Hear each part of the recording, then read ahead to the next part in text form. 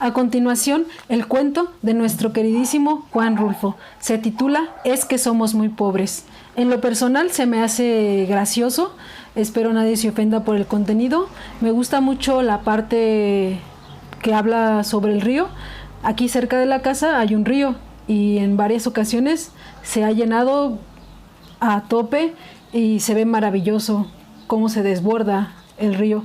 Y bueno, cabe mencionar que es un cuento corto, pero leído pues se hace un poco largo. Ojalá que tengan la paciencia de escucharlo. Y si ya lo han leído, pues bueno, tal vez puedan rememorar lo que ustedes ya conocían. Aquí va. Aquí todo va de mal en peor. La semana pasada se murió mi tía Jacinta, y el sábado, cuando ya la habíamos enterrado y comenzaba a bajársenos la tristeza, comenzó a llover como nunca. A mi papá eso le dio coraje, porque toda la cosecha de cebada estaba soleándose en el solar, y el aguacero llegó de repente, en grandes olas de agua, sin darnos tiempo ni siquiera a esconder aunque fuera un manojo. Lo único que pudimos hacer, todos los de mi casa, fue estarnos arrimados debajo del tejabán, viendo cómo el agua fría que caía del cielo quemaba aquella cebada amarilla tan recién cortada. Y apenas ayer, cuando mi hermana Tacha acababa de cumplir 12 años, supimos que la vaca que mi papá le regaló para el día de su santo se la había llevado el río. El río comenzó a crecer hace 3 noches, a eso de la madrugada. Yo estaba muy dormido y, sin embargo, el estruendo que traía el río al arrastrarse me hizo despertar enseguida y pegar el brinco de la cama con mi cobija en la mano, como si hubiera creído que se estaba derrumbando el techo de mi casa. Pero después me volví a dormir, porque reconocí el sonido del río y porque ese sonido se fue haciendo igual hasta traerme otra vez el sueño. Cuando me levanté, la mañana estaba llena de nublazones y parecía que había seguido lloviendo sin parar. Se notaba en que el ruido del río era más fuerte y se oía más cerca. Se olía, como se huele una quemazón, el olor a podrido del agua revuelta. A la hora en que me fui a asomar, el río ya había perdido sus orillas. Iba subiendo poco a poco por la calle real y estaba metiéndose a toda prisa en la casa de esa mujer que le dicen la tambora. El chapaleo del agua se oía al entrar por el corral y al salir en grandes chorros por la puerta. La tambora iba y venía caminando por lo que era ya un pedazo de río, echando a la calle sus gallinas para que se fueran a esconder a algún lugar donde no les llegara la corriente. Y por el otro lado, por donde está el recodo, el río se debía de haber llevado, quién sabe desde cuándo, el tamarindo que estaba en el solar de mi tía, porque ahora ya no se ve ningún tamarindo. Era el único que había en el pueblo, y por eso nomás la gente se da cuenta de que la creciente esta que vemos es la más grande de todas las que ha bajado el río en muchos años. Mi hermana y yo volvimos a ir por la tarde a mirar aquel amontonadero de agua, que cada vez se hace más espesa y oscura, y que pasa ya muy por encima de donde debe estar el puente. Allí nos estuvimos horas y horas sin cansarnos viendo la cosa aquella. Después nos subimos por la barranca, porque queríamos oír bien lo que decía la gente, pues abajo, junto al río, hay un gran ruidazal, y solo se ven las bocas de muchos que se abren y se cierran y como que quieren decir algo, pero no se oye nada. Por eso nos subimos por la barranca, donde también hay gente mirando el río y contando los perjuicios que ha hecho. Allí fue donde supimos que el río se había llevado a la serpentina, la vaca esa que era de mi hermana Tacha, porque mi papá se la regaló para el día de su cumpleaños y que tenía una oreja blanca y otra colorada y muy bonitos ojos. No acabo de saber por qué se le ocurriría a la serpentina pasar el río este, cuando sabía que no era el mismo río que ella conocía de a diario. La serpentina nunca fue tan atarantada. Lo más seguro es que ha de haber venido dormida para dejarse matar así nomás por nomás. A mí muchas veces me tocó despertarla cuando le abría la puerta del corral, porque si no, de su cuenta, allí se hubiera estado el día entero con los ojos cerrados, bien quieta y suspirando, como se oye suspirar a las vacas cuando duermen. Y aquí ha de haber sucedido eso de que se durmió. Tal vez se le ocurrió despertar al sentir que el agua pesada le golpeaba las costillas. Tal vez entonces se asustó y trató de regresar. pero al volverse se encontró entreverada y acalambrada entre aquella agua negra y dura como tierra corrediza. Tal vez bramó pidiendo que la ayudaran. Bramó como solo Dios sabe cómo. Yo le pregunté a un señor que vio cuando la arrastraba el río si no había visto también al becerrito que andaba con ella. Pero el hombre dijo que no sabía si lo había visto.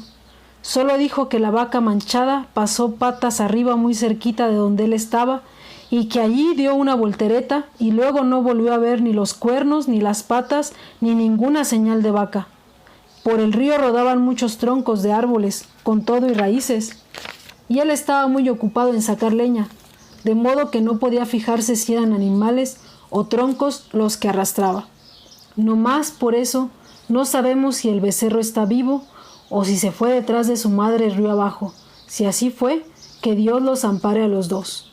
La apuración que tienen en mi casa es lo que pueda suceder el día de mañana, ahora que mi hermana Tacha se quedó sin nada, porque mi papá con muchos trabajos había conseguido a la serpentina, desde que era una vaquilla, para dársela a mi hermana, con el fin de que ella tuviera un capitalito y no se fuera a ir de piruja como lo hicieron mis otras dos hermanas, las más grandes.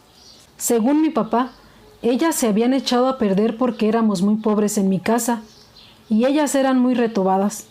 Desde chiquillas ya eran rezongonas, y tan luego que crecieron les dio por andar con hombres de lo peor, que les enseñaron cosas malas. Ellas aprendieron pronto y entendían muy bien los chiflidos, cuando las llamaban a altas horas de la noche. Después salían hasta de día. Iban cada rato por agua al río y a veces, cuando uno menos se lo esperaba, allí estaban en el corral, revolcándose en el suelo, todas encueradas y cada una con un hombre trepado encima. Entonces mis papás las corrió a las dos. Primero les aguantó todo lo que pudo, pero más tarde ya no pudo aguantarlas y les dio carrera para la calle. Ellas se fueron para Yutla, o no sé para dónde, pero andan de pirujas. Por eso le entra la mortificación a mi papá. Ahora por la Tacha, que no quiere que vaya a resultar como sus otras dos hermanas. Al sentir que se quedó muy pobre viendo la falta de su vaca, viendo que ya no va a tener con qué entretenerse mientras le da por crecer y pueda casarse con un hombre bueno, que la pueda querer para siempre. Y eso ahora va a estar difícil. Con la vaca era distinto, pues no hubiera faltado quien se hiciera el ánimo de casarse con ella, solo por llevarse también aquella vaca tan bonita. La única esperanza que nos queda es que el becerro esté todavía vivo. Ojalá no se le haya ocurrido pasar el río detrás de su madre, porque si así fue, mi hermana Tacha está tantito así de retirado de hacerse piruja, y mamá no quiere. Mi mamá no sabe por qué Dios la ha castigado tanto al darle una hija de ese modo, cuando en su familia, desde su abuela para acá, nunca ha habido gente mala. Todos fueron criados en el temor de Dios y eran muy obedientes, y no le cometían irreverencias a nadie. Todos fueron por el estilo. ¿Quién sabe de dónde les vendría ese par de hijas suyas aquel mal ejemplo?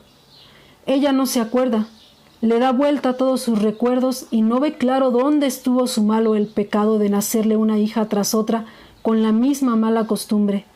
No se acuerda, y cada vez que piensa en ellas, llora y dice: que Dios las ampare a las dos. Pero mi papá alega que aquello ya no tiene remedio.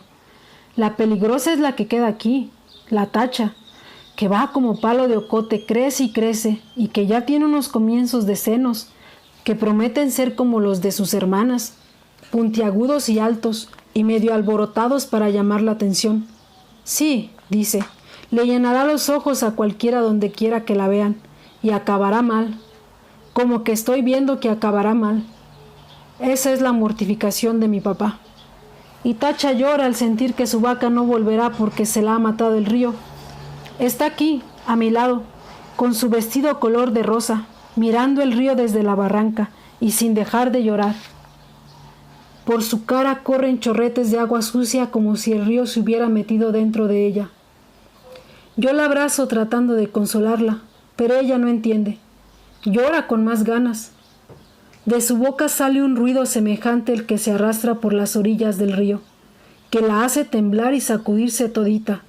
Y, mientras la creciente sigue subiendo, el sabor a podrido que viene de allá salpica la cara mojada de Tacha, y los dos pechitos de ella se mueven de arriba abajo, sin parar, como si de repente comenzaran a hincharse para empezar a trabajar por su perdición. Y bueno, aquí está el cuento, ojalá que les haya gustado. En lo personal, pues como les dije, me parece gracioso. Este cuento narrado por un chico, hermano de 3 mujercitas, y que bueno, está narrando sucesos pasados, y es muy interesante cómo Juan Rulfo después nos lleva al presente, a donde el chico dice, mi hermana está aquí. O sea, narra el pasado y luego nos lleva al presente, donde están ahí ellos, él viendo cómo le salpica el agua en el rostro y todo lo que ahí viene, ¿no? En lo personal, pues me parece muy interesante y no es el único cuento donde Juan Rulfo utiliza este tipo de técnica, el pasado y luego estás en el presente. Eso para mí es muy bueno. Les recomendamos que no tengan miedo innovar, que no tengan miedo ser diferentes. Si tienen alguna idea que probablemente se salga pues de lo establecido, ustedes háganla. En la literatura de Juan Rulfo encontramos muchas sorpresas, encontramos muchas cosas que no se ven en otros autores.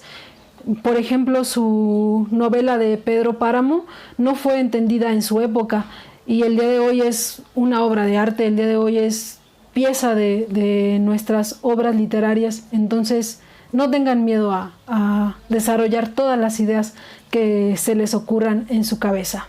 Y bueno, ojalá que les haya gustado este cuento y les deseamos que se la sigan pasando bonito en su cuarentena. Hasta pronto.